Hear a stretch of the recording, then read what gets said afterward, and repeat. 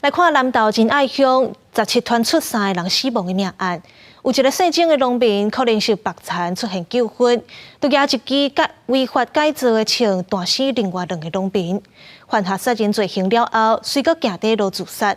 不过代志的详细要该调查。 警方来到南投仁爱乡立兴村网友部落的一个铁厝工寮，由封锁线。17暗7点外，仁爱分局接到报案，讲到89线立兴产业道路20公里的工寮内底有2名姓林的农民，遭枪杀死亡。那疑似行凶的71岁姓曾蔡龙，是伫离工寮外1公里的农田自杀身亡。工寮内有2名男子倒卧，那身上还有地上有大量的一个血迹，2个人腹部有疑似的一个枪伤。 均已明显死亡，在离工寮附近1公里的农田里面有发现疑似犯嫌的中姓男子，他是41年次，也自杀身亡。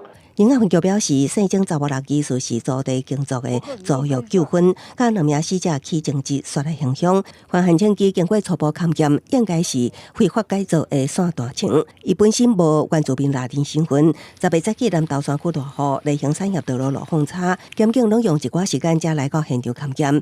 伫案发工寮内发现一条枪支卡，也有头卡的回家。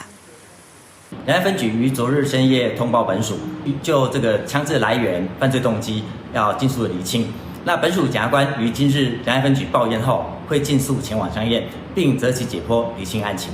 警方甲这科已经采证完，规个案件详细原因有缘有待调查。南投地检署当进行上验作业，后续会继续追查溯源不法枪弹的来源，搁得其解破以厘清案情。记者综合报道。